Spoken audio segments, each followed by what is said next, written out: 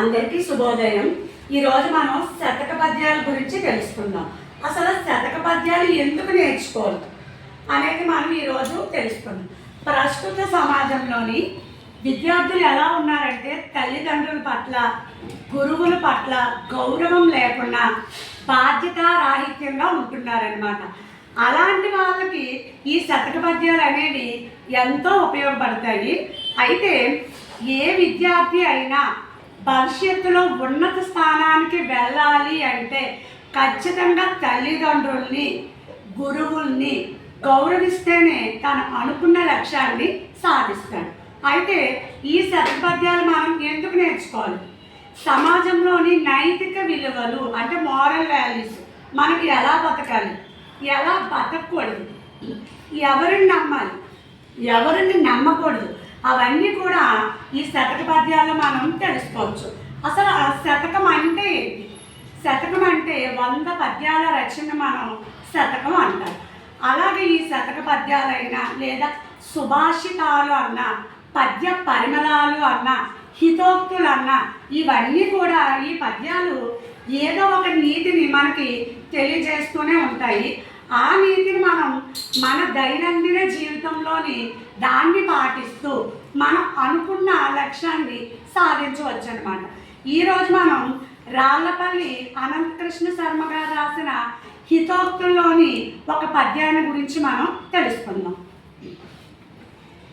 లోబివాని చేతిలో సిరి ఎంతగా వెలిచున్నా సుంత బలము లేదు, తెరవు నడుచు వేళ గరకు వేసవి ఎండ మాడువానికి తన నీడ ఓలే.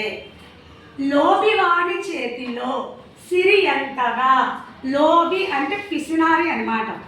లోబివాని చేతిలో, పిసినారి చేతిలో, సిరి అంటే సంపద, పిసినారి చేతిలో ఎంత సంపద ఉన్నప్పటికీ వెలయుచున్న సొంత బలము లేదు. అంటే లోబి అంటే ఏంటి? పిసినారి. పిసినారి చేతిలోని ఎంత డబ్బున్నా సరే సొంత కొంచెమైనా కూడా ప్రయోజనం ఉండదు. ఎలా అంటే తెర నడుచు వేళ గరకు వేసవి ఎండ మాడువానికి తన నీడ ఓలే. అంటే మనం ఒక మండు టెండలో నడుస్తున్నాం. ఆ నడిచేటప్పుడు మన యొక్క నీడ వల్ల మనకి ఏ విధమైన ఉపయోగం ఉండదు. ఉంటుందా? మన నీడ ఏమైనా మనకి చల్లగా ఏమైనా రక్షణ ఇస్తుందా? ఆ ఎండలోని ఉండదు. అలాగే పిసినారి దగ్గర ఎంత డబ్బున్నా కూడా అతనికి కొంచెం కూడా ప్రయోజనం అనేది ఉండదు. కాబట్టి మన దగ్గర ఉన్న ధనాన్ని మన అవసరం కొరకు ఉంచుకుంటూ ఇతరులు ఎవరైనా అవసరం అయింది అనుకోండి, వాళ్ళకి మనం దానం చేసామనుకోండి, దానివల్ల మనకు ప్రయోజనం అనేది ఉంటుంది. మళ్ళీ ఒకసారి చెప్తాను చూడండి. లోబివాని చేతిలో సిరి ఎంతగా వెలిచున్నా సుంత బలము లేదు, తెరవు నడుచు వేళ గరకు వేసవి ఎండ మాడువానికి తన నీడ ఓలే. పిసినా చేతిలో ఎంత డబ్బు ఉన్నా, కొన్ని కోట్లున్నా, బంగారం ఉన్నా ఎటువంటి ఉపయోగం ఉండదు. ఎలా అంటే మనం మంచి ఎండలో నడుస్తున్నాం, మన యొక్క నీడ మనకి ఏ విధంగా ఉపయోగపడదో పిసినా చేతిలో డబ్బు కూడా ఆ విధంగా ఉపయోగపడదు.